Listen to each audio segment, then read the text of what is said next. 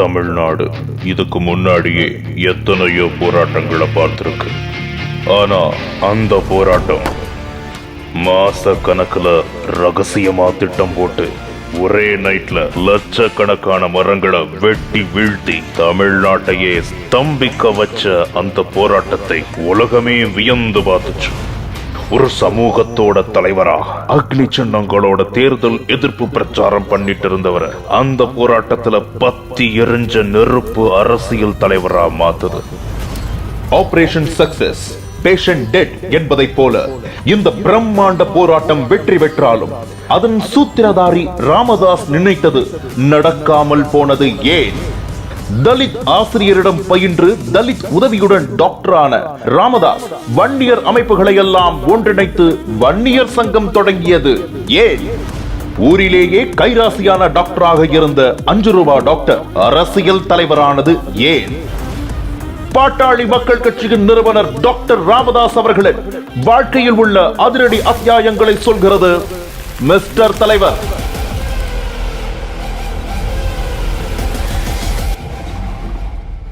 5 முதல் 70% வரை ஆடி தள்ளுபடி. சிறியவர்கள் முதல் பெரியவர்கள் வரை எல்லாருக்கும் ஒரே இடத்தில் அசத்தலான தள்ளுபடி விலையில். பென்டாஸ்டிக் ஜெயச்சந்திரன், பள்ளிக்கரணை மற்றும் டி நகர். விழுப்புரம் மாவட்டம் கீழ் சிவிரி அப்படிங்கிற ஒரு கிராமம். அந்த கிராமத்தை சேர்ந்த ஒரு விவசாயி, அவர் பேர் சஞ்சீவிராய கவுண்டர், அவருடைய மனைவி நவநீதம்மாள்.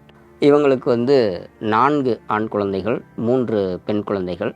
அதில் 4வது மகனாக பிறந்தவர் தான் ராமதாஸ். 1939ஆம் ஆண்டு ஜூலை 25ஆம் தேதி அந்த தம்பதியினருக்கு பிறக்கிறார். அந்த குடும்பத்தில் ஒரு 2 ஏக்கர் நஞ்சை நிலமும் 3 ஏக்கர் புஞ்சை நிலமும் வைத்து விவசாயம் செய்யக்கூடிய குடும்பம் என்றாலும் அந்த காலத்தில் அது விவசாயத்தில் பெரிய லாபம் இல்லாத காரணத்தால் ஒரு குடும்பத்தில் ஒரு ஏழ்மையான ஒரு சூழல் தான் இருக்கிறது. அந்த பகுதியில் 1939கள்னால் நம்ம கற்பனை செஞ்சுக்கலாம். அன்றைக்கி பள்ளிக்கூடங்கள்லாம் பெரிய அளவில் கிடையாது. அதுவும் வட தமிழ்நாட்டில் விழுப்புரம் மாதிரியான ஒரு மாவட்டத்தில் ஒரு குக்கிராமத்தில் எந்தவித பள்ளிக்கூட வசதியும் கிடையாது. ஆனால் அந்த பகுதியில் வசித்த முளவு கவுண்டர் அப்படிங்கிறவர் ஒரு திண்ணை பள்ளிக்கூடத்தை நடத்திட்டு இருக்கார். அந்த ஒரு திண்ணை பள்ளிக்கூடத்தில் தான் ராமதாஸ் அங்கே தான் சேர்ந்து படிக்கிறார். அதற்கு மேலே படிக்கணும்னு அவருக்கு ஆசை. ஆனால் மேலே படிக்கிறதுக்கு அங்கே வேறு பள்ளிக்கூடங்கள் கிடையாது. அதனால் உறவினர் வீட்டில் காஞ்சிபுரம் மாவட்டத்தில் இளப்பாக்கம் அப்படிங்கிற ஒரு சிற்றூரில் போய் அங்கே அவங்க அண்ணன் வீட்டில் தங்கி படிக்கிறார். அண்ணன்னா சொந்த அண்ணனில் அவங்களோட சித்தப்பா பையன், அவர் வீட்டில் தங்கி படிக்கிறார். அங்கே அவருக்கு படிப்பு கொஞ்சம் சுமையாக இருக்குது. என்னென்னா படிக்கிறதுல எந்த கஷ்டமும் கிடையாது. அவருடைய அண்ணி அவரோடு சேர்ந்து இவர் கூடையில் இந்த மாட்டு சாணங்களை அள்ளணும், அதுதான் அவருக்கு வேலை. அந்த தகவலை வீட்டில் அவங்க அம்மா நவநீதம்மாள் அவங்கக்கிட்ட அவர் ராமதாஸ் சொல்லும்போது, நீ அங்கே படிக்க வேணாம், இங்கேயே வந்துரு அப்படின்னு சொல்லி திரும்ப கூப்பிட்டுக்கிறாங்க. அப்போ ஆனால் மேலே படிக்கணும் அப்படிங்கிறதுல ராமதாஸ் உறுதியாக இருக்கிறார். அந்த காலகட்டத்தில் அந்த கீழ்சிவிரி கிராமத்தை சேர்ந்த ஒருவர், அவர் பேர் பாலசுந்தரம். அவர் ஆசிரியர் பயிற்சி முடித்து அவரோடு சேர்ந்து ஆசிரியர் பயிற்சி முடித்த கமலாபாய் அப்படிங்கிற ஒரு பெண்ணை காதல் திருமணம் செய்து கொண்டு அவர் சொந்த ஊரில் ஒரு பள்ளிக்கூடத்தை ஆரம்பிக்கிறார். அந்த பள்ளிக்கூடத்தின் பேர் காந்திஜி ஆதார பள்ளி. ஆனால் என்னென்னா, அவர் பாலசுந்தரம் அவர் ஒரு பட்டியல் இனத்தை சமூகத்தை சேர்ந்தவர், தலித் சமூகம் என்பதால் அந்த பள்ளிக்கூடத்தில் அந்த மாணவர்களை தவிர வேறு யாரும் சேரவில்லை. அந்த பள்ளிக்கூடத்தில் சேர வேண்டும் என்று ராமதாஸ் வீட்டில் தெரிவித்த போது கடும் எதிர்ப்பு. அவருடைய அப்பா சஞ்சீவிராய கவுண்டர் கடைசி வரை ஒத்துக்கொள்ளவில்லை.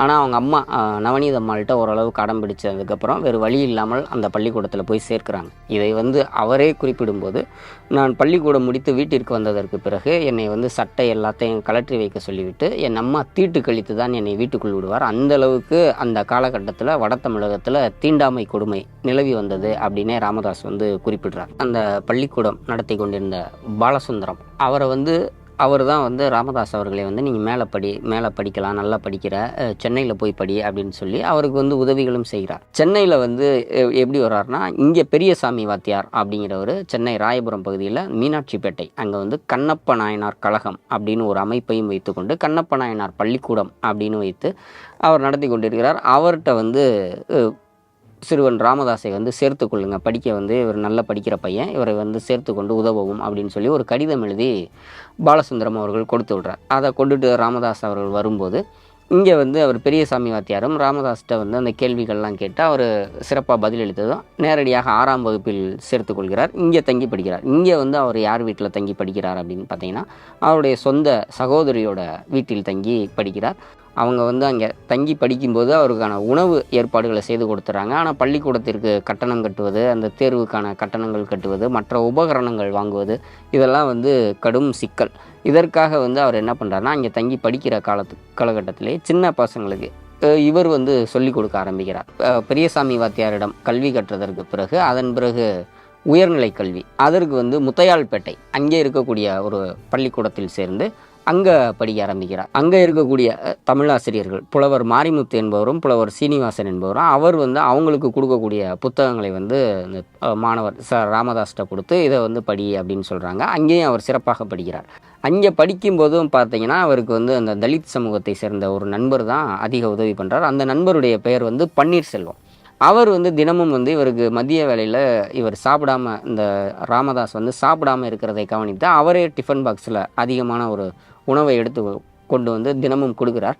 இது ராமதாஸ் அவருக்கு அப்போவே ஆச்சரியமாக இருக்குது. எனக்கு எதுக்கு கொடுக்குற, வேணாம் பரவாயில்ல, இல்லை நீ சாப்பிட்டு படி அப்படின்னு சொல்கிறாரு. அங்கேயும் நல்ல மதிப்பெண்கள் பெற்று படித்ததற்கு பிறகு அப்போ வந்து பியூசி அது வந்து கல்லூரியில் சேர்ந்து படிக்கக்கூடும். அதில் படிக்கிறதுக்கான அப்ளிகேஷன்லாம் போடும்போது ராமதாஸ் அவருக்கு வந்து லயோலா கல்லூரியில் வந்து சீட்டு கிடைக்கிது. அங்கே சேர்ந்து படிக்கிறார்.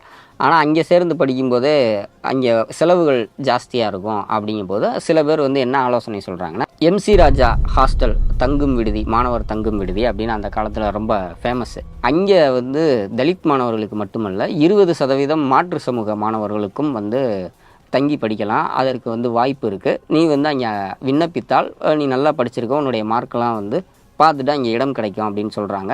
இவரும் வந்து அந்த MC ராஜா ஹாஸ்டலுக்கு விண்ணப்பிக்கிறார். அங்கே வந்து இடம் கிடச்சிருது. அதனால் வந்து அங்கேயே வந்து உணவும் கொடுத்துருவாங்க, அங்கே தங்கிக்கலாம்.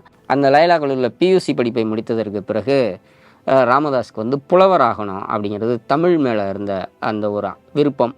அதன் காரணமாக புலவராக மாறணும் அப்படின்னு சொல்லிட்டு அந்த படிப்புக்கு விண்ணப்பிக்கிறார். இன்னொன்று, அந்த காலகட்டத்தில் அந்த புலவர் படிப்பு முடித்தவர்களுக்கு உடனடியாக தமிழ் ஆசிரியர் வேலை கிடச்சிரும். நிறைய இடங்களில் வேலை கிடைக்கும். ஆனால் அப்போதும் வந்து அவரோடு இருந்த ஒரு மாணவர் சொக்கலிங்கம், அவர் வந்து மெடிக்கல் காலேஜ் ஸ்டூடெண்ட்டு. லயோலா கல்லூரியில் ராமதாஸ் அவர்களுக்கு வந்து அவர் சீனியர். அவர் வந்து இவருடைய மதிப்பெண்களை எல்லாம் பார்த்துட்டு, நீ வந்து எதுக்கு புலவர் படிப்புக்கெல்லாம் போகிற, உனக்கு டாக்டர் சீட்டே கிடைக்கும், அதனால் வந்து நீ மெடிக்கல் காலேஜுக்கு வந்து அப்ளிகேஷன் போடு அப்படின்னு சொல்கிறாரு. சொன்னதோடு இல்லாமல் சொக்கலிங்கம் அவரே வந்து மெடிக்கல் காலேஜ் அப்ளிகேஷனையும் வாங்கி கொண்டு வந்து ராமதாஸ்கிட்ட கொடுத்து ஃபில் பண்ண சொல்லி இது பண்ணுறாரு. அப்போ வந்து அங்கே மெடிக்கல் காலேஜுக்கு போகிறதற்கான வாய்ப்புகள் ஏற்படுது. ஆனால் அதுலேயும் வந்து ஒரு தடை இருக்குது. அன்றைக்கி வந்து அந்த மெடிக்கல் காலேஜ் சேரக்கூடிய மாணவர்களுக்கு ஒரு இன்டர்வியூ இருக்கும். அதில் வந்து இந்த தேர்வுக்குழு ஒரு 3-4 பேர் இருப்பாங்க. அதில் வந்து அன்றைக்கு இருந்த ஒரு நீதிபதி அவர் வந்து ராமதாஸை சேர்த்து கொள்வதற்கு அந்த காலகட்டத்திலே வந்து ஒரு 5000 ரூபாய் வந்து லஞ்சமாக வந்து கேட்குறார். இவர் வந்து அதை கொடுக்கக்கூடிய சூழலில் அதை விட ரொம்ப ஒரு வறுமையான சூழல். அதனால் வந்து என்ன பண்ணுறதுன்னு தெரியாமல் ஊருக்கே வந்துடுறார். ஆனால் என்ன ஆச்சுன்னா, அன்றைக்கு முதலமைச்சராக இருந்த காமராஜர் அந்த நீதிபதி, தேர்வுக்குழுவில் இருந்த நீதிபதி இது போன்ற முறைகேடுகள் கையூட்டு வாங்குறத வந்து வழக்கமாக வைத்திருக்கிறாருன்னு பல புகார்கள் வருது. அது வந்து அன்னைக்கு இரவே வந்து அவரை வந்து அந்த குழுவிலிருந்து முதலமைச்சர் காமராஜர் வந்து நீக்கிறார். அதனால அடுத்து வந்த குழு வந்து அவர் ராமதாஸோட அப்ளிகேஷன் எடுத்துகிட்டு அவருக்கு உடனே வந்து மெடிக்கல் சீட்டும் கிடைக்கிது. இதை எடுத்து வந்து சென்னை அந்த ஸ்டான்லி மெடிக்கல் காலேஜில் தான் ராமதாஸ் அவர்கள் வந்து படிக்கிறார். இந்த படிக்கிற காலகட்டத்திலே அவருடைய வாழ்க்கையில் ஒரு திருப்பு முனையாக கல்லூரி மாணவராக இருக்கும்போதே திருமணமும் நடந்து விடுகிறது. அதாவது அவருடைய ஊரில் வந்து அவருடைய அம்மா நவநீதம்மாள் அவர்கள் வழி சொந்தம்தான் சரஸ்வதி அம்மாள். அவருடைய சகோதரர் வந்து ராமச்சந்திரன். அந்த ராமச்சந்திரன் அவர்கள் வந்து அந்த காலகட்டத்தில் நம்மளுடைய உறவினர் பையன், சொந்த மாமா பையன், அத்தை பையன், அவங்க வந்து மெடிக்கல் காலேஜ் வரைக்கும் படிக்கிறாருன்னு அவர் சில உதவிகள் பண்ணார். அப்பா அவர்களுடைய வீட்டிற்கு நவநீதம்மாள் அவருடைய வீடு வந்து நல்லூர் அப்படிங்கிற ஒரு கிராமம். இந்த வீட்டிற்கு போகும்போது அதற்கு எதிர்த்த வீடு தான் சரஸ்வதி அம்மாள் அவர்களுடைய வீடு.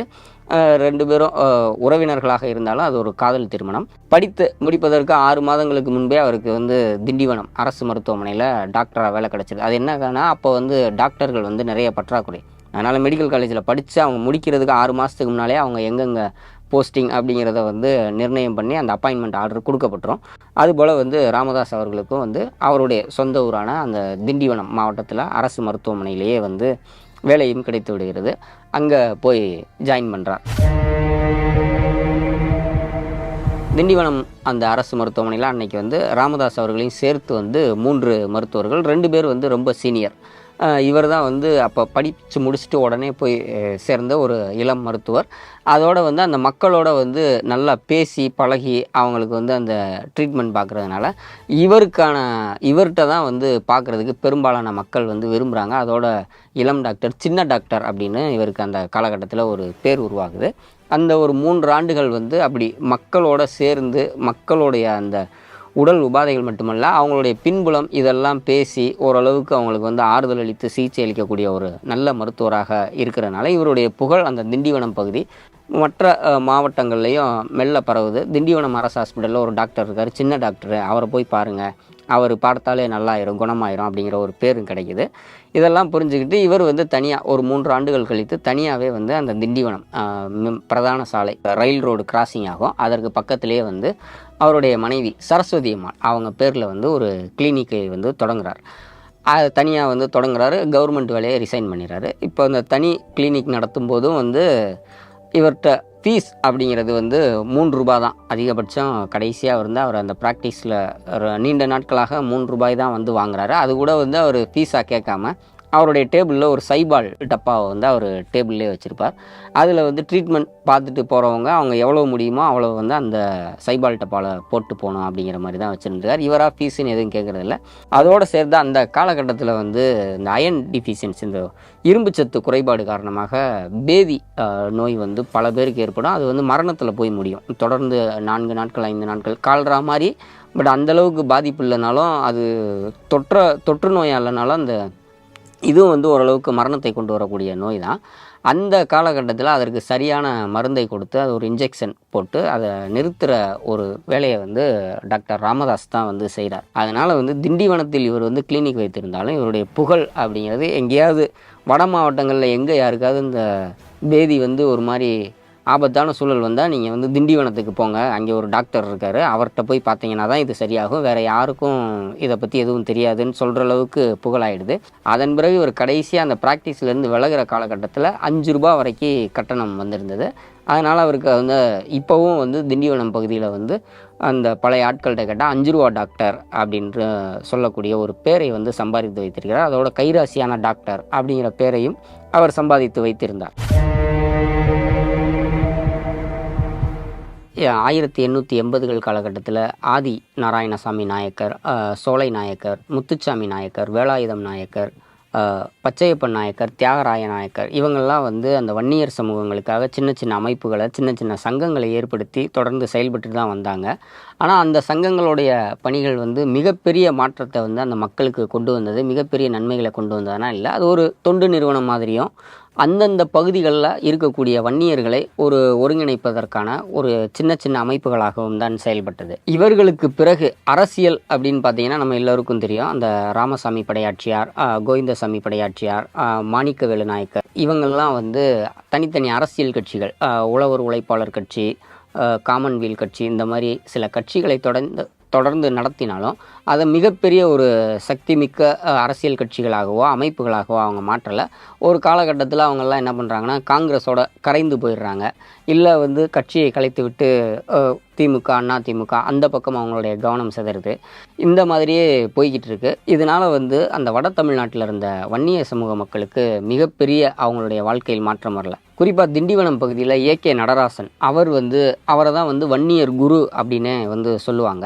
அவர் அந்த பகுதியிலிருந்து ஒரு அமைப்பை வைத்து கொண்டு அந்த வன்னிய மக்களுக்கான தொடர்ந்த கோரிக்கைகளுக்காகவும் உரிமைகளுக்காகவும் சின்ன சின்ன போராட்டங்களை நடத்தி வருகிறார். அந்த அமைப்போட திண்டிவனம் பொறுப்பாளராக அந்த காலகட்டத்தில் செயல்பட்டவர் தான் ராமதாஸ். அப்போ வந்து அவருக்கு வந்து இன்னும் கூடுதலான புள்ளி விவரங்கள் தெரிய வருது. வன்னிய சமூக மக்களுடைய எண்ணிக்கை எவ்வளவு, அவங்க எந்த நிலையில் இருக்காங்க, அரசு வேலைவாய்ப்புகள் மற்ற உயர் பதவிகளில் அவங்களுக்கான பங்கு எந்த வகையில் இருக்குது, இது போன்ற விஷயங்கள்லாம் தெரிய வரும்போது அவர் கூடுதலாக வேலை பார்க்கிறார்.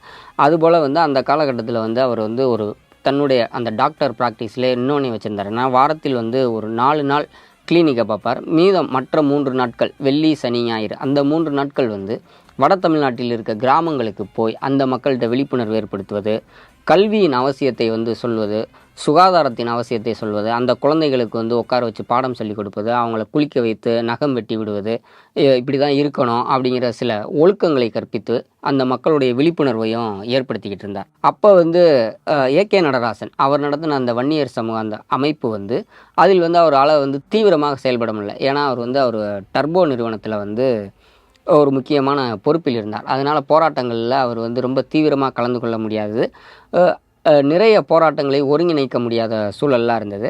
அந்த வேலையை வந்து பொறுப்பெடுத்து கொண்டு ராமதாஸ் அவர்கள் செய்தார். அதே போல் வந்து அதே காலகட்டத்தில் வன்னியடிகளார் அவர் வந்து வன்னிய சமூக மக்களின் கோரிக்கைகளுக்காக தொடர்ந்து குரல் எழுப்பி கொண்டு வந்தார். CN ராமமூர்த்தி, பேராசிரியர் தீரன், பாக்கம் கிருஷ்ணன், இவங்கெல்லாம் வந்து அங்கங்கே உதிரி அமைப்புகளாக இருக்காங்க.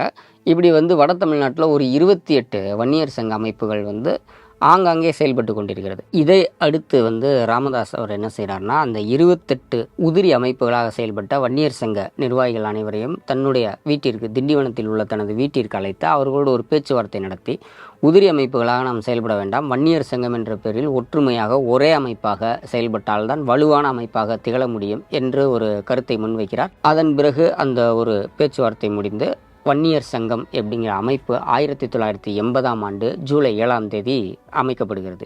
அதோட தலைவராக ஆர் கோபால் நாயக்கர் தேர்ந்தெடுக்கப்படுகிறார். அந்த கூட்டத்தில் கலந்து கொண்ட எல்லோரும் சொன்னது ராமதாஸ் அவர்கள் தான் தலைவராக இருக்கணும்னு. ஆனால் அவர் வந்து தனக்கு தலைவர் பதவி வேணாம், நான் நிறுவனராக தொடர்கிறேன் அப்படின்னு சொல்லிட்டு நிறுவனராக தான் தொடர்ந்தார். அந்த வன்னியர் சங்கம் ஆரம்பிக்கப்பட்டு கோபால் நாயக்கர் அதன் தலைவராக இருந்து செயல்பட்டதில் சில சர்ச்சைகள் வந்து அவருடைய செயல்பாடுகளில் அதிருப்தி வந்து மீண்டும் ராமதாஸ் தான் தலைவராக வரணும், அப்போனா தான் இதை நடத்த முடியும்னு சொன்ன போதும் ராமதாஸ் அவர்கள் வந்து உறுதியாக வந்து அதை மறுத்துட்டு IAS அதிகாரி சுப்பிரமணியம் அவரை வந்து தலைவராக நியமித்து விட்டு இவர் நிறுவனராகவே தொடர்கிறார். அதன் பிறகு வன்னியர் சங்கத்துடைய வேலைகள் வந்து தீவிரமாக நடக்கிறது. வட தமிழ்நாட்டில் உள்ள எல்லா கிராமங்களுக்கும் பயணம் மேற்கொள்கிறார்கள். அதன் பிறகு தான் வந்து வட தமிழ்நாட்டில் வன்னியர் சங்கம் அப்படிங்கிறது ஒரு மிகப்பெரிய வலுவான சக்தியாக வளரத் தொடங்கிய காலகட்டம் அது. வட தமிழகத்தில் வன்னியர் சங்கம் அப்படிங்கிறது ஒரு மிகப்பெரிய சக்தி வாய்ந்த அமைப்பாக உருவாகி கொண்டிருந்த அதே நேரத்தில் அதனுடைய முதல் மாநாடு ஈரோடு மாவட்டம் கருங்கல்பாளையத்தில் நடைபெறுகிறது. அந்த மாநாட்டில் வந்து அந்த சங்கத்திற்கே உரிய முக்கியத்துவம் வாய்ந்த 2 தீர்மானங்கள் நிறைவேற்றப்படுகிறது. ஒன்று வந்து ஜாதி வாரியாக மக்கள் தொகை கணக்கெடுப்பு நடத்தப்பட வேண்டும். அதன் அடிப்படையில் அதிகமாக வட தமிழ்நாட்டில் தமிழகத்தில் ஒட்டுமொத்தமாக அதிக எண்ணிக்கையில் உள்ள வன்னியர்களுக்கு தனியாக 20% இடஒதுக்கீடு வழங்க வேண்டும். மத்திய அரசு பணிகளில் வந்து 2% இடஒதுக்கீடு வழங்க வேண்டும். அந்த வந்து தீர்மானங்களாக நிறைவேற்றப்பட்டு அதற்கான போராட்டங்களை வந்து ராமதாஸ் வந்து மிக தீவிரமாக முன்னெடுக்கிறார். அதுதான் வந்து அந்த காலகட்டத்தில் அவருக்கு மிகப்பெரிய பேரையும் போராளி என்ற ஒரு பட்டத்தையும் வாங்கி கொடுக்குது. குறிப்பாக சென்னையில் உழைப்பாளர் சிறை அருகில் 1984ஆம் ஆண்டு மார்ச் மாதம் 15ஆம் தேதி ஒரு மிகப்பெரிய பட்டினி போராட்டம் அப்படிங்கிற மாதிரி உண்ணாவிரதத்தை நடத்துகிறார். அதன் பிறகு 1985ஆம் ஆண்டு ஆகஸ்ட் 25ஆம் தேதி மிகப்பெரிய ஒரு அடையாள பேரணி அப்படிங்கிற மாதிரி அந்த பேரணிக்கு பெயர் ஆகஸ்ட் பேரணி அப்படின்னு வச்சு லட்சக்கணக்கான மக்களை வந்து சென்னையில் திரட்டி ஒரு மிக பிரம்மாண்டமான பேரணியை வந்து ராமதாஸ் நடத்தி காட்டியிருக்கிறார். இதற்கு இடையிலும் சரி இதற்கு பிறகும் சரி ஒவ்வொரு முறை போராட்டம் நடத்துவதை மிக பிரம்மாண்டமாக, குறிப்பாக பட்டை நாமம் அணிந்து வன்னியர் சமூகத்தை சார்ந்த மாணவர்கள் எல்லாம் தலைமைச் செயலகத்தை நோக்கி நடக்கும் முற்றுகை போராட்டம், அதன் பிறகு வந்து சாலை மறியல் போராட்டங்கள், மத்திய அரசின் கவனத்தை திருப்புவதற்காக ரயில் மறியல் போராட்டம், மாட்டு வண்டி போராட்டம், இப்படி பல போராட்டங்களை வந்து ராமதாஸ் நடத்துகிறார். அதெல்லாம் வந்து பத்திரிகைகளில் மிகப்பெரிய செய்தியாக வருகிறது. வட தமிழகத்தில் வன்னிய மக்களிடையே ஒரு மிகப்பெரிய எழுச்சியை உண்டாக்குகிறது. ராமதாஸ் அப்படிங்கிறவர் வந்து ஒரு தலைவராக வன்னியர் சமூக மக்களின் மிக செல்வாக்கு பெற்ற தலைவராக வளர்ந்த காலகட்டம். ஆனால் அவர் முன்வைத்த கோரிக்கைகளுக்கு அரசுகளிடமிருந்து என்ன பதில் வந்ததுன்னா அது எந்த ஒரு ரியாக்ஷனும் வரல. இது வந்து ராமதாஸ் அவர்களுக்கு மட்டுமல்ல, அந்த வன்னியர் சங்க நிர்வாகிகள் மத்தியிலும் வன்னியர் மக்களிடமும் ஒரு மிகப்பெரிய ஒரு கொந்தளிப்பை ஏற்படுத்துகிறது. அதையடுத்து நாம் வந்து மத்திய மாநில அரசுகளின் கவனம் ஒட்டுமொத்தம் மட்டுமல்ல, இந்தியாவின் கவனமே நம் மீது திரும்புகிற வரையில் ஒரு மிகப்பெரிய போராட்டத்தை நடத்த வேண்டும், அப்போ தான் நம்ம கோரிக்கை நிறைவேற்றப்படும்னு ஒரு முடிவு எடுக்கிறாங்க. உலகையே ஆச்சரியப்பட வைத்த போராட்டம் ஒன்று தமிழ்நாட்டில், அதுவும் டாக்டர் ராமதாஸ் தலைமையில் நடைபெற்றதா என்றால் அது வந்து இன்னைக்கு இருக்க 2K கிட்ஸுக்கும் சரி, இன்னைக்கு இருக்கக்கூடிய இளையவர்களுக்கும் சரி அது ஒரு ஆச்சரியமான விஷயமாக இருக்கும். ஆனால் அன்னைக்கு அப்படி ஒரு போராட்டம் நடைபெற்றது.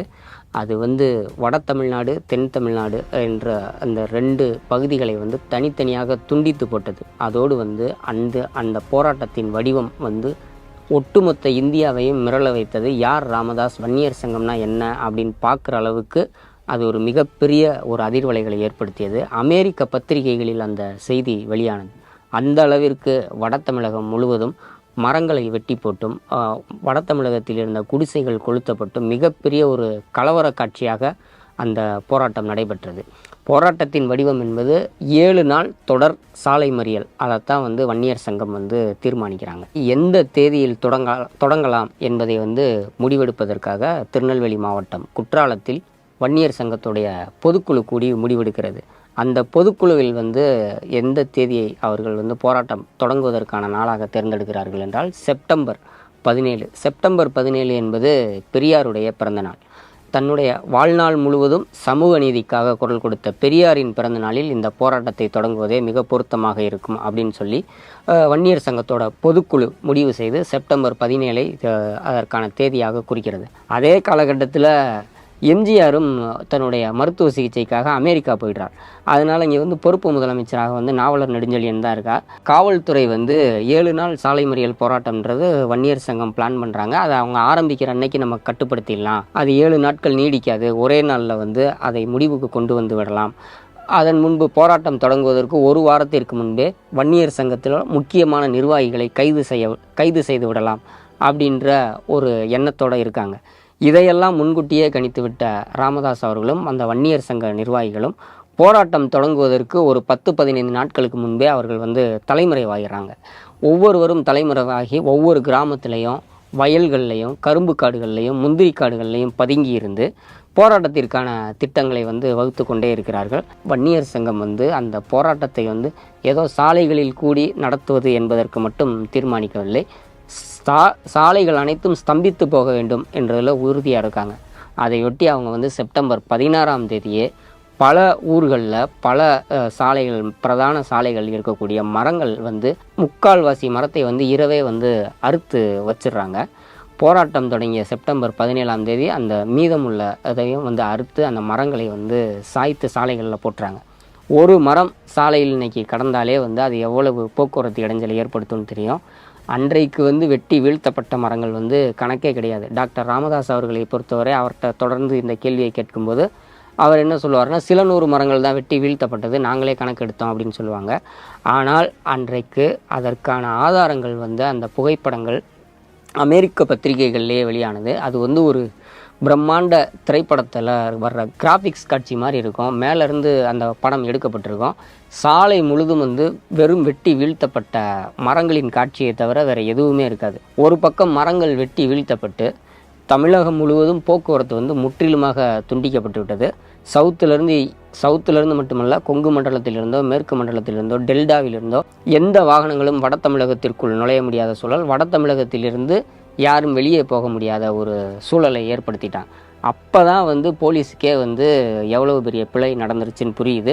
இதற்கிடையில் தலைமறைவாக இருந்த ராமதாஸ் அவர்கள் திண்டிவனம் வந்து அங்கே வந்து அவர் தலைமையில் வந்து அந்த ஒரு சாலை மறியல் போராட்டம் நடக்குது. அதில் வந்து போலீஸ் போய் எல்லாரையும் அரெஸ்ட் பண்ணுறாங்க, அங்கேயும் அரெஸ்ட் பண்ணுறாங்க. ஆனால் அதற்குள் மரங்கள் எல்லாம் லட்சக்கணக்கில் வெட்டி வீழ்த்தப்பட்டு வட தமிழ்நாடு ஸ்தம்பிச்சிருது. அது போக அப்போது ஏற்பட்ட சின்ன சின்ன மோதல்களில் குடிசைகள், குறிப்பாக தலித் மக்களுடைய குடிசைகள் வந்து எரிக்கப்படுகிறது. ராமதாஸ் அவர்களை பொறுத்தவரை அது வந்து காவல்துறை அவங்க தான் வந்து வன்னியர் சமூக மக்கள் வந்து இப்படி பண்ணிட்டாங்க அப்படிங்கிற அந்த கோபத்தில் இந்த போராட்டத்தை தடுக்க முடியாத ஒரு விரக்தியில் அவங்க வந்து சேதப்படுத்திட்டாங்க அப்படின்னு சொல்லுவாங்க. போலீஸ் தரப்புலேருந்து வன்னியர்களே வந்து அந்த போராட்டத்தை நேரத்தில் தலித் மக்களின் குடிசைகளுக்கு தீ வைத்தாங்கன்னு சொல்லுவாங்க. இது எது உண்மை என்பதை விட அந்த போராட்டம் நடந்த காலகட்டத்தில் வட தமிழகம் முழுவதும் குடிசைகள் வந்து அதில் வந்து வன்னியர்களின் குடிசைகளும் இருந்தது, தலித் மக்களின் குடிசைகளும் இருந்தது. அனைத்து குடிசைகளும் வந்து ஏறத்தாழ ஒட்டுமொத்தமாக போராட்டம் நடைபெற்ற அந்த சாலைகளுக்கு அருகில் இருந்த குடிசைகள் அனைத்தும் வந்து எரிக்கப்பட்டது. அதை அடுத்து வந்து ஒரு மிகப்பெரிய துப்பாக்கி சூடு நடத்தப்பட்டு அதில் வந்து 21 பேர் உயிரிழந்துடுறாங்க.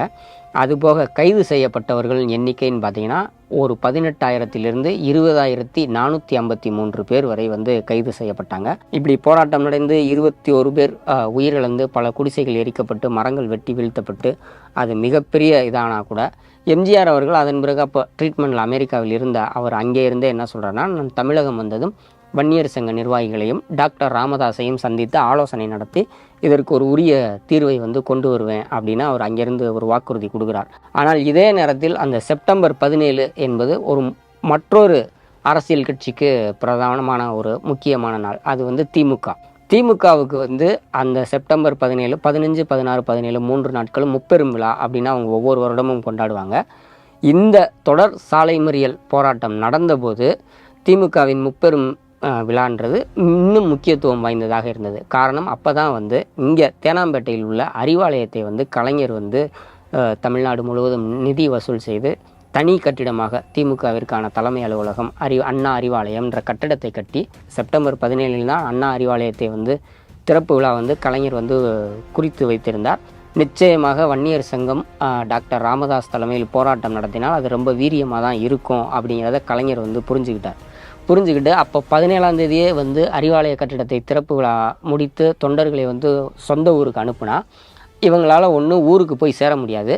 போகும் வழியில் பல இடங்களில் அது வன்னியர் சங்கம் திமுகவினருக்கு இடையிலான மோதலாக மாறும் அப்படிங்கிறத அவர் கொஞ்சம் யூகித்திருந்தார். அதனால் 17ஆம் தேதி நடக்க வேண்டிய திறப்பு விழாவை 16ஆம் தேதியே நடத்தி முடித்து வட தமிழகத்தை சேர்ந்த திமுக தொண்டர்களை பத்திரமா நீங்கள் சீக்கிரமே ஊருக்கு போயிருங்க, நாளைக்கு காலையில் போராட்டம் ஆரம்பிக்குது, அதுக்கு முன்னாலேயே நீங்கள் ஊருக்கு போய் சேர்ந்துருங்க அப்படின்னு சொல்லி நிறைய பேரை அனுப்பிவிட்டார். ஆனாலும் கூட தென் தமிழ்நாட்டு மதுரை, திருச்சி, விருதுநகர், திருநெல்வேலி அந்த பக்கம் போக வேண்டிய பலர் வந்து இந்த போராட்டத்தில் மாட்டிக்கிறாங்க. சில இடங்களில் திமுகவிற்கும் வன்னியர் சங்கத்திற்கும் இடையிலான சின்ன சின்ன மோதல்களும் அந்த காலகட்டத்தில் நடந்தது. எம்ஜிஆர் அவர்கள் வந்து ட்ரீட்மெண்ட் முடிஞ்சு தமிழகம் திரும்பியதுக்கு பிறகு 1987ஆம் ஆண்டு நவம்பர் 25ஆம் தேதி ராமதாஸ் உள்ளிட்ட வன்னியர் சங்க நிர்வாகிகளை வந்து சந்தித்து பேசிட்டு இதில் வந்து நான் கண்டிப்பாக ஒரு நடவடிக்கை எடுக்கிறேன், மற்ற சமூகங்களையும் சந்தித்து பேசிவிட்டு இதில் நான் ஒரு முடிவை அறிவிக்கிறேன் அப்படின்னு சொல்லியிருந்தார். அந்த பேச்சுவார்த்தையின் போது கூட ராமதாஸ் அவர்கள் எம்ஜிஆர்கிட்ட மற்றொரு விஷயத்தையும் வலியுறுத்தினார். அதாவது உங்களுடைய அமைச்சரவையில் இருக்கக்கூடிய பாவூர் சண்முகம், பன்ருட்டி ராமச்சந்திரன் இந்த மாதிரியான அமைச்சர்கள் எங்கள் சமூக அமைச்சர்களே வந்து இந்த போராட்டத்தை பற்றி மிக கொச்சைப்படுத்தி பேசினாங்க, அதை நீங்கள் கண்டிக்கணும் அப்படின்னு சொல்லியிருந்தார். எம்ஜிஆர் அதை கேட்டுக்கிட்டு வழக்கம் போல் அமைதியாக இருந்துட்டார். அதன் பிறகு எம்ஜிஆர் இதில் ஒரு முடிவை கொண்டு வருவதற்கு சில முயற்சிகளை செய்தார். ஒரு 90 ஜாதி சங்கங்களை அழைத்து அவர்களோடு சேர்ந்து ஒரு பேச்சுவார்த்தை நடத்தி பார்த்தார். ஆனால் ஒவ்வொரு பேரும் தங்களுடைய கணக்கு எவ்வளவு, நாங்கள் தமிழ்நாட்டில் எவ்வளவு பேர் இருக்கோம்னு ஒவ்வொரு சமூகமும் ஒரு கணக்கை சொன்னாங்க. அவங்க சொன்ன அத்தனை கணக்கையும் கூட்டி பார்த்தா தமிழ்நாட்டுடைய மக்கள் தொகையை ஒரு 50-60 கோடிக்கு அந்த காலகட்டத்திலே போகிற அளவுக்கு இருந்தது. அப்புறம் எம்ஜிஆரே அதில் சாக்காயிட்டு இது ஒன்றும் வேலைக்காகாது அப்படின்னு சொல்லி அதை தூக்கி போட்டார். அதன் பிறகு அடுத்த ஒரே மாதம் நவம்பர் மாதம் இந்த பேச்சுவார்த்தை நடக்குது. அடுத்த மாதம் டிசம்பர்லேயே வந்து எம்ஜிஆர் மரணம் அடைந்து விடுகிறார். அதனால் ராமதாஸ் அவர்களுடைய போராட்டம் வந்து மிகப்பெரிய வெற்றி பெற்றிருந்தாலும் அந்த கோரிக்கைகள் வந்து ஒரு நிறைவேறாமல் ஒரு ஃபெயிலியர், அதாவது ஆப்ரேஷன் சக்ஸஸ் பேஷண்ட் டெத்துன்ற ஒரு பொசிஷனில் தான் அப்போ இருந்தது. அது அவரை ரொம்ப வந்து விரக்தி அடையும் வைத்தது. அவர் தொடர்ந்து எம்ஜிஆர் இறந்ததற்கு பிறகு அவருடைய மனைவி ஜானகி அம்மாள் அவங்க வந்து முதலமைச்சராக வர்றாங்க. அவங்கள போய் சந்தித்து இந்த கோரிக்கையை வலியுறுத்துகிறார். ஆனால் அன்னைக்கு இருந்தக்கூடிய அரசியல் வந்து ஒரு கொந்தளிப்பான காலகட்டம். 6 மாதத்திலே ஜானகி அம்மையாரின் ஆட்சியும் கவிழ்க்கப்பட்டு இங்கே வந்து குடியரசுத் தலைவர் ஆட்சி வந்தது, ஜனாதிபதி ஆட்சி. அப்போ ஜனாதிபதியாக இருந்தவர் ஆர் வெங்கட்ராமன், அவர் தான் ஜனாதிபதியாக இருக்கார். இங்கே தமிழ்நாட்டில் கவர்னராக இருந்தவர் பிசி அலெக்சாண்டர். இதையடுத்து ராமதாஸ் வந்து அவர் பிசி அலெக்சாண்டர்கிட்ட போய் கோரிக்கையை கொடுக்குறார். அவர் வந்து கோரிக்கை எல்லாம் பரிசீலிச்சுட்டு நான் வந்து இதை மத்திய அரசுக்கு அனுப்பிடுறேன் அப்படின்னு சொல்கிறார். சொன்னபடியே அவர் அனுப்பிச்சிட்டு அவரே முன்கூட்டியே பத்திரிகைகளுக்கு பேட்டியும் கொடுக்குறார். நான் வந்து வன்னியர் சங்கம் அதோட நிறுவனர் ராமதாஸ் கொண்டு வந்த கோரிக்கைகளை பரிசீலித்தேன், அதை மத்திய அரசுக்கு அனுப்பிவிட்டேன், இனி முடிவெடுக்க வேண்டியது அவர்கள் தான் அப்படின்னு சொல்லி அவர் முடிச்சுக்கிறார். பட் அப்போ பிரதமராக இருந்த ராஜீவ்காந்தி அவரை வந்து பத்திரிகையாளர்கள் இது குறித்து கேள்வி கேட்கும்போது அவர் என்ன சொல்லிடுறாருன்னா, ராமதாஸுடைய கோரிக்கைகள் நியாயமானது, வன்னியர் சமூக மக்களுக்கு அந்த இடஒதுக்கீடு வழங்கப்பட வேண்டிய ஒரு தார்மீக சமூக நீதி கடமையின் அடிப்படையில் அது வழங்கி தான் ஆகணும். ஆனால் மத்திய அரசு சார்பாக எல்லா முடிவுகளும் எடுக்கப்பட்டு அது ஆளுநருக்கு நாங்கள் அனுப்பிட்டோம், இனி ஆளுநர் தான் அதை வந்து அடுத்த கட்டமாக நகர்த்திட்டு போகணும் அப்படின்னு அவர் சொல்லிடுறார். இதில் ராமதாஸ் அவர்களுக்கு ரொம்பவே விரக்தி ஆகிடுது. இவரை சொன்னால் அவரை சொல்கிறாரு, அவரை சொன்னால் இவரை சொல்கிறாருன்னா அவர் வேறு வழி இல்லாமல் வன்னியர் சங்கத்தின் 11 நிர்வாகிகளை அழைத்து கொண்டு போய் வெங்கட்ராமனையே வந்து நேரில் சந்திக்கிறார். அவர் வந்து கோரிக்கைகளெல்லாம் பார்த்துவிட்டு ஜாதி அடிப்படையிலெல்லாம் எந்தவித சலுகையும் கொடுக்க முடியாது அப்படின்னு சொல்லிடுறார். அப்போ வன்னியர் சங்கத்துக்கு ஒரு பத்திரிகை இருந்தது. அந்த பத்திரிகையின் பெயர் கனல்.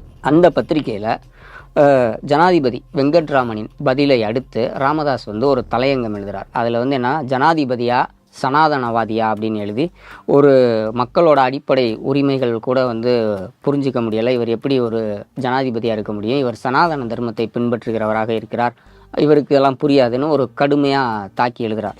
இப்படி வந்து ஒரு கொந்தளிப்பான சூழல் காலகட்டத்தில் அவரோட கோரிக்கைகள் நிறைவேறாமல் போயிடுது. அதே நேரத்தில் 1989ஆம் ஆண்டு தமிழ்நாடுக்கு சட்டமன்ற தேர்தல் வருது. இந்த காலகட்டத்தில் வன்னியர் சங்கம் வந்து ஒரு முக்கியமான அறிவிப்பை வெளியிடுகிறது. என்னன்னா, நடைபெறப் போகும் சட்டமன்ற தேர்தலை வன்னியர் சங்கம் ஒட்டுமொத்தமாக புறக்கணிக்கிறது, வன்னிய மக்கள் அனைவரும் புறக்கணிப்பார்கள் அப்படின்னு சொல்லிட்டு வட தமிழ்நாடு முழுவதும் அந்த வன்னியர் சங்கத்தின் அடையாளமான அக்னி கலசத்தை வரைந்து அதற்கு கீழே தேர்தல் பாதை, திருடர் பாதை அப்படின்ற வாசகங்கள் எழுதி போடுறாங்க. பல இடங்களில் ஓட்டு பொறுக்கிகளே உள்ளே வராதீர்கள் அப்படின்னு. ஏறத்தாழ நக்சல்பாரி இயக்கங்கள் எப்படி வந்து தேர்தலை பார்ப்பாங்களோ, அவங்க எப்படி தேர்தல் நேரத்தில் பிரச்சாரம் பண்ணுவாங்களோ அந்த ஸ்டைலில் வந்து வன்னியர் சங்கம் பிரச்சாரம் செய்யுது. இது வந்து மற்ற அரசியல் கட்சிகள் அனைத்துக்கும் ஒரு பயத்தை ஏற்படுத்தினது. எல்லா கட்சியினருமே அன்றைக்கு வந்து ராமதாஸ் அவர்களை அழைத்து பேச்சுவார்த்தை நடத்துவதும், அவங்களுக்கு வந்து ஒரு சமாதானம் சொல்கிறாங்க, நாங்கள் திரும்ப ஆட்சிக்கு வந்தால் உங்களுடைய கோரிக்கையை தான் முதல் கோரிக்கையாக நிறைவேற்றுவோம், நீங்கள் எங்களை ஆதரிங்க அப்படின்ட்டு. ஆனால் வன்னியர் சங்கமோ ராமதாஸ் அவர்களோ அது எதுக்கும் ஒத்துக்கலை. அந்த தேர்தலை வந்து கடுமையாக புறக்கணித்தார்கள். மிகப்பெரிய வெற்றி பெற்று திமுக ஆட்சி அமைக்குது. கலைஞர் வந்து ஒரு 14 ஆண்டுகளுக்கு பிறகு மீண்டும் முதலமைச்சராக வருகிறார். உடனடியாக இந்த பிரச்சனையை கையில் எடுத்துக்கொண்டு அவர் அதற்கான வேலைகளை பார்த்தார். அப்போது வந்து திமுகவிற்குள்ளும் நிறைய வன்னியர்கள் வந்து முக்கியமான இடத்துல இருந்தாங்க. குறிப்பாக துரைமுருகன், வீரபாண்டி ஆறுமுகம், நெல்லிக்குப்பம் ஆர் கிருஷ்ணமூர்த்தி, முட்டம் கிருஷ்ணமூர்த்தி, அதுபோல் வந்து மதுராந்தகம் ஆறுமுகம், இவங்க எல்லாருமே இந்த கோரிக்கையை வந்து கொஞ்சம் பரிசீலிக்கணும், அப்போனா தான் நம்ம வட தமிழ்நாட்டில் அரசியல் பண்ண முடியும், எங்களுக்கு ஒரு நெருக்கடி உருவாகுது, நீங்கள்லாம் அந்த கட்சியில் இருக்கீங்க, ஆட்சியில் இருக்கீங்க, சமூக மக்களுக்கு என்ன பண்ணீங்க அப்படின்னு கேட்குறாங்க, அதனால் இதை ஏதாவது பண்ணுங்க தலைவரே அப்படின்னு தொடர்ந்து வலியுறுத்தும் போது கலைஞருக்கும் அந்த சமூக நீதியில் அவருக்கு இருந்த நாட்டம் அப்படிங்கிற அடிப்படையில் இந்த வேலையை முதல்ல எடுக்கிறார். இதை எடுத்து வந்து சேலம் வீரபாண்டி ஆறுமுகம் அவர் மூலமாக ராமதாஸுக்கு செய்தி அனுப்பி ராமதாஸை வந்து என்னை சந்திக்க சொல்லுங்கள்னு சொல்கிறாரு. அந்த சந்திப்பு ஆலிவர் இல்லம், கலைஞருடைய அந்த ஆலிவர் சாலையில் இருந்த இல்லத்தில் தான் வந்து நடைபெறுகிறது. பேச்சுவார்த்தை நடக்கிறது. அதன் பிறகு இறுதியாக கலைஞர் வந்து அவர் சொல்லும்பொழுது வன்னியர்களை மட்டும் தனியாக ஒரு தொகுப்பாக வைத்து அவர்களுக்கு மட்டும் 20% இடஒதுக்கீடு கொடுத்தால் மற்ற சமூகத்தினரிடம் கடும் எதிர்ப்பு கிளம்பும், அது வன்னியர் சமூகத்திற்கும் எதிராகவே போகும், நீதிமன்றத்தில் வழக்கு வாய்தாக்கள் என்று போனால் நாம் நிறைவேற்றிய இந்த திட்டத்தால் வந்து பலன் இல்லாமல் போயிடும், அதனால் அந்த வன்னியர் சமூகத்தோடு வேறு சில சமூகங்களையும் சேர்த்து கொண்டால் நல்லது என்கிறார். ராமதாஸ் வந்து கொஞ்சம் இறங்கி வர்றார் அந்த இடத்துல, சரி அப்படின்னு சொல்கிறார்.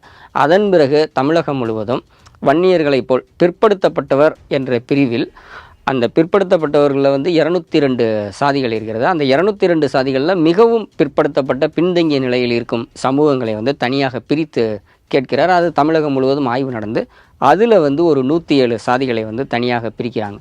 அந்த 107 சாதிகளையும் அந்த வன்னியரையும் சேர்த்து அவங்களுக்கு தான் வந்து அந்த 20% இடஒதுக்கீடு கொடுக்கப்படுகிறது. மீதமுள்ள 30% இடஒதுக்கீடு பிற்படுத்தப்பட்டவர்கள் மற்ற சமூகத்தினருக்குன்ற மாதிரி ஒரு பட்டியலை வந்து உருவாக்குகிறார். அதற்கு முன்பும் மிகவும் பிற்படுத்தப்பட்டவர்கள் எம்பிசி அப்படிங்கிற ஒரு பிரிவு இருந்தாலும் அது வந்து கல்வி சலுகைகளில் மட்டும்தான் இருந்தது. முற்றிலுமாக வேலை வாய்ப்பு, இடஒதுக்கீடு, முழுமையான இடஒதுக்கீடாக கலைஞர் வந்ததற்கு பிறகு தான் அந்த எம்பிசி பட்டியல் உருவாக்கப்பட்டது. அதை வந்து திமுக வந்து தாங்கள் சமூக நீதிக்கு அளித்த மிகப்பெரிய பங்களிப்பாக குறிப்பிட்டு கலைஞரின் சாதனையாக பேசிக்கொள்வார். இந்த பிரச்சனையை வந்து கலைஞர் முதலமைச்சராக ஆனவுடன் இதில் வந்து ஒரு தீர்வுக்கு அவர் கொண்டு வந்ததில் அந்த வன்னியர் சமூகத்தை சேர்ந்த வன்னியடிகளார், தலைவர்கள் CN ராமமூர்த்தி, மற்ற அனைவருக்குமே வந்து இது ஒரு சந்தோஷம்தான், அவங்க எல்லாம் பாராட்டுறாங்க. ஆனால் ராமதாஸ் அவர்கள் வந்து அப்பவும் வந்து தன்னுடைய அதிருப்தியை தான் வெளிப்படுத்துகிறார். கலைஞர் வந்து தனக்கு துரோகம் செய்து விட்டார். முதல்ல 202 சாதிகள் இருக்கக்கூடிய பட்டியலில் வைத்து வன்னியர்களை ஏமாற்றினார்கள். இப்போ 107 சாதிகள் இருக்கக்கூடிய தொகுப்பில் வந்து வன்னியர்களை வைத்து ஏமாற்றுகிறார். கலைஞர் ஒரு துரோகி அப்படின்னு தான் அவர் அப்பவும் சொல்கிறார். இந்த காலகட்டத்தில் தான் ராமதாஸ் அவர்கள் வந்து என்ன பண்ணுறாருன்னா, நம்ம கோரிக்கைகளுக்காக போராடினோம், 21 பேரை பலி கொடுத்தோம், மிகப்பெரிய போராட்டம் நடத்தி 20,000 பேர் சிறை சென்றோம், தொடர்ந்து வழக்குகள் இருக்கிறது, இனிமே வந்து நம்ம தேர்தலை புறக்கணித்தோ அல்லது ஒரு வன்னியர் சங்கமாக மட்டும் இருந்தோ நாம் செயல்பட்டு கொண்டிருக்க முடியாது. மாறாக நம்முடைய கோரிக்கைகளை நாமே நிறைவேற்றிக் கொள்கிற அரசு அதிகாரத்தில் இடம்பெற வேண்டும். அதற்காக நம் கட்சியை ஆரம்பித்து நம் தேர்தலில் பங்கேற்க வேண்டும் அப்படின்னு பேச ஆரம்பிக்கிறார். அதற்கு வந்து அந்த வன்னியர் சமூகத்திலிருந்தே பல எதிர்ப்புகள் வருது. ராமதாஸ் அவருக்கு வந்து பதவி ஆசை வந்து விட்டது, அவர் வந்து தன்னுடைய செல்வாக்கை வந்து அரசியலுக்கு பயன்படுத்த நினைக்கிறார், அதனால தான் அவர் இப்படி பேசுகிறாருன்னு. ஆனால் அதற்கும் வேலூரில் நடைபெற்ற ஒரு மாநாட்டில் பதில் சொன்ன ராமதாஸ், நான் அரசியல் கட்சி ஆரம்பிப்பது என்னுடைய குடும்ப நலனுக்காகவோ எனக்கோ அல்ல, அப்படி நினைப்பவர்களுக்காக நான் வந்து 5 சத்தியங்களை செய்கிறேன். நான் தொடங்கும் இந்த கட்சியில் வந்து நான் எந்தவித பொறுப்புக்கும் வரமாட்டேன், என்னுடைய குடும்பத்தை சேர்ந்தவர்களும் எந்த பொறுப்பிற்கும் வரமாட்டார், சட்டமன்ற நாடாளுமன்ற இந்த மாதிரியான தேர்தல்களில் நானோ அல்லது என்னுடைய குடும்பத்தை சேர்ந்தவர்கள் யாருமோ பங்கேற்க மாட்டார்கள், என்னுடைய செருப்பு கூட சட்டமன்றத்திற்கோ நாடாளுமன்றத்திற்கோ செல்லாது. இந்த சத்தியங்களை எல்லாம் உங்கள் டைரியில் குறித்து வச்சுக்கோங்க. இதையெல்லாம் நான் என்றைக்காவது மீறினால் என்னை நீங்கள் வந்து ரோட்டில் வைத்து மரத்தில் கட்டி வைத்து சவுக்கால் அடிக்கலாம் அப்படின்னு சொல்லி ஒரு 5 சத்தியங்களை வந்து செய்து கொடுத்து அந்த மக்கள்கிட்ட வந்து ஒரு விழிப்புணர்வை ஏற்படுத்துகிறார். அதன் பிறகுதான் வன்னியர் சங்கம் என்ற அமைப்பு எப்படி வன்னியர் சங்கத்தை பல சிதறி கிடந்த அமைப்புகளை எல்லாம் ஒன்று சேர்த்து ஒரு வலுவான சக்தியாக உருவாக்கினாரோ, அதே ராமதாஸ் அதன் அடுத்த படிநிலையாக பாட்டாளி மக்கள் கட்சி என்ற ஒரு கட்சியை வந்து உருவாக்க ஆயத்தமாகிறார். அதன் தொடர்ச்சியாக 1986ஆம் ஆண்டு ஜூலை 16ஆம் தேதி சென்னையில் உள்ள சீரணி அரங்கத்தில் மிக பெரிய அளவில் லட்சக்கணக்கான மக்களை திரட்டி பாட்டாளி மக்கள் கட்சி என்ற ஒரு கட்சியை தொடங்கினார். இந்த கட்சியை தொடங்குவதற்கு முன்பே ராமதாஸ் தனக்கே உரிய ஒரு வழக்கமான திட்டமிடலோடு ஒரு நேர்த்தியோடு கட்சியின் கொள்கைகள் எப்படி இருக்க வேண்டும், அதன் செயல்பாடுகள் எப்படி இருக்க வேண்டும், அதையெல்லாம் வந்து வரையறுத்தார். அந்த பொறுப்புகளை அவர் ஒப்படைத்திருந்தது முக்கியமான 3 நபர்கள். அவர்கள்லாம் யாருன்னு பார்த்தீங்கன்னா, பழைய நக்சல்பாரி இயக்கத்தில் ஆர்வம் கொண்டு அதில் வந்து ஓரளவுக்கு தீவிரமாக செயல்பட்ட பேராசிரியர் கருணா மனோகரன், பேராசிரியர் மூர்த்தி, பேராசிரியர் கல்யாணி, இந்த 3 பேர்கிட்டையும் தான் அந்த பொறுப்புகளை ஒப்படைத்திருந்தார். இந்த கட்சி வந்து ஒரு சமூகத்திற்காக செயல்படக்கூடிய கட்சியாக இருக்கக்கூடாது, பாட்டாளி மக்கள் அனைவரும் எல்லா சாதியிலும் உள்ள உழைக்கும் மக்கள் அனைவருக்குமான ஒரு கட்சியாக இருக்க வேண்டும் என்ற ஒரு நோக்கத்தில் தான் பாட்டாளி மக்கள் கட்சி அப்படின்னு பேர் வைக்கப்படுகிறது. அதன் பிறகுதான் சென்னை சீரணி அரங்கத்தில் ஒரு மிகப்பெரிய ஒரு மாநாடு நடத்தி பொதுக்கூட்டம் நடத்தி கட்சி தொடங்கப்படுகிறது. இந்த கட்சியை ஆரம்பித்ததில் எப்படி அதன் கொள்கைகளை வரையறுத்ததில் ராமதாஸ் வந்து பல புரட்சிகளை செய்தாரோ, அதுபோல் வந்து அந்த கட்சியின் ஒவ்வொரு விஷயத்திலும் அவர் வந்து மிகப்பெரிய ஒரு மாற்றங்களை கொண்டு வந்தார். குறிப்பாக தலித் அல்லாத கட்சிகள் வந்து எந்த கட்சியும் தங்களுடைய கொடியில் நீல நிறத்தை வந்து இணைத்து கொள்ள மாட்டார்கள். ஆனால் மருத்துவர் ராமதாஸ் அவருடைய பாட்டாளி மக்கள் கட்சியில் நீல நிறத்தை வந்து சேர்த்து கொண்டார். காரணம், அது அந்த மக்களை பிரதிநிதிப்படுத்தும் அப்படின்றதுக்காக. அதோடு அவர் முன்பே செய்த அந்த சத்தியங்களை வந்து அந்த மேடையிலும் அவர் சொன்னார். அந்த கட்சியின் பொதுச் செயலாளராக எப்போதும் வந்து ஒரு தலித்து தான் இருப்பார் என்று குறிப்பிட்டு கட்சி தொடங்கிய போது வள்ளிநாயகம் என்பவரை நியமித்தார். அதுபோல் சிறுபான்மை மக்கள் அதில் வந்து அவர்களுக்கும் பிரதிநிதித்துவம் இருக்க வேண்டும் என்ற ஒரு அடிப்படையில் 13 ஆண்டுகள் சிறையில் இருந்த குணங்குடி ஹனீபா அவர்களை அழைத்து வந்து அவருக்கு தான் வந்து பாட்டாளி மக்கள் கட்சியின் பொருளாளர் பதவியை கொடுத்தார். நானே வந்து வட தமிழ்நாட்டில் 100 இடங்களில் அம்பேத்கர் சிலைகளை திறப்பேன் என்று சொல்லி காடுவெட்டி குரு அவர்கள் இருந்தபோது அரியலூர் மாவட்டத்தில் ஒரே நாளில் 7 அம்பேத்கர் சிலைகளை வந்து திறந்து வைத்தார். தன்னுடைய வீட்டிற்குள் தன்னுடைய கொள்கை ஆசான்களாக பெரியார், அம்பேத்கர், காரல் மார்க்ஸ் இந்த 3 பேரையும் ஏற்றுக்கொண்டு அதை வந்து பொதுமக்களுக்கும் தன்னுடைய கட்சியினருக்கும் அறிவுறுத்தும் வகையில் அவர்களை பற்றிய ஒரு விழிப்புணர்வு ஏற்படுத்த வேண்டும் என்ற வகையில் தன்னுடைய வீட்டிற்குள்ளேயே அவர்களுக்கு சிலை 3 பேருக்கும் 3 சிலைகள் வைத்து அதை வச்சு தான் வந்து அவர் வந்து வருடந்தோறும் மரியாதை செலுத்துவார். இப்போ அந்த வீடு மாற்றி அமைக்கப்பட்டதற்கு பிறகு அந்த சிலைகளை வந்து தன் வீட்டிற்கு தைலாபுரம் தோட்டத்திற்கு அருகில் உள்ள கொஞ்சம் தள்ளி வந்து அந்த சிலைகளை வைத்து வருடந்தோறும் அவற்றிற்கு மாலை அணிவித்து மரியாதை செய்யும் வழக்கத்தை இன்றும் ராமதாஸ் அவர்கள் வந்து கடைபிடித்து வருகிறார். இப்படி வந்து பல ஒரு சின்ன சின்ன விஷயங்கள் புரட்சி செய்தவர். அந்த காலகட்டத்தில் வட தமிழகத்தில் தலித் வன்னியர் சமூக மோதல்கள் வந்து அதிகரித்து கொண்டிருந்த காலம். குறிப்பாக வந்து பார்த்திங்கன்னா அவர் வந்து அப்போ வந்து இந்த தலித் மக்கள் இறந்து விட்டால் அவங்க பிணங்களை கொண்டு செல்வதற்கு மிகப்பெரிய இடையூறு இருந்தது. அது பற்றி பேராசிரியர் மார்க்ஸ் உள்ளிட்டவர்கள் ராமதாஸ் அவருடைய கவனத்திற்கு கொண்டு சென்ற போது இந்த சமயத்தில் இவர் நேரடியாக அந்த இடத்திற்கே போய் இவரே வந்து அந்த தலித் சமூகத்தை சேர்ந்தவருடைய பிணத்தை வந்து இவரே வந்து முன்னணியில் நின்று தூக்கி சுமந்து வருகிறார். அதற்காக அந்த பகுதி வன்னியர் சமூக மக்கள் டாக்டர் ராமதாஸ் மீதும் தாக்குதல் நடத்திய சம்பவமும் உண்டு. இதையெல்லாம் நினைவு கூர்ந்துதான் பிற்காலத்தில் தமிழ் குடிதாங்கி என்ற பட்டத்தை வந்து திருமாவளவன் அவர்கள் டாக்டர் ராமதாஸ் அவர்களுக்கு கொடுத்தார். அதுபோல் ஒரு காலகட்டத்திற்கு பிறகு விடுதலை சிறுத்தைகள் கட்சியின் தலைவர் தொல் திருமாவளவனோடு மிக நெருக்கமாக இணக்கமான போக்கோடு செயல்பட்டு அதில் பல அரசியல் கால்குலேஷன் இருந்திருக்கலாம். ஆனாலும் வந்து அந்த காலகட்டம்ன்றது அந்த வன்னியர்கள் தலித் மக்களிடையே பல பிரச்சனைகளை வந்து அவர்கள் இணைந்து செயல்பட்ட காலகட்டம் வந்து மட்டுப்படுத்தியது. இதுபோல் பல புரட்சிகளை வந்து அடுத்தடுத்து செய்தார். அந்த காலகட்டத்தில் அவர் வந்து ஒரு அரசியல் கட்சி தலைவர் என்றாலும் ஒரு போராளி என்ற வடிவத்தில் தான் கட்சியை நகர்த்தி சென்றார். பாட்டாளி மக்கள் கட்சியின் நிறுவனர் டாக்டர் ராமதாஸ் அவர்களின் வாழ்க்கை வரலாற்றின் ஒரு பகுதி மட்டும்தான் இது. இன்னமும் ரஜினியுடனான மல்லுக்கட்டு, இளவரசன் திவ்யா பிரச்சனை, மாறி மாறி கூட்டணி, மாற்றம், முன்னேற்றம், அன்புமணி என ராமதாஸ் வாழ்க்கையில் உள்ள இன்னும் பல அதிரடி அத்தியாயங்கள் அடுத்த பாகத்தில் வெளிவரும். அதுவரை தமிழ்நாடு நவ் சேனலை சப்ஸ்கிரைப் செய்து காத்திருங்கள்.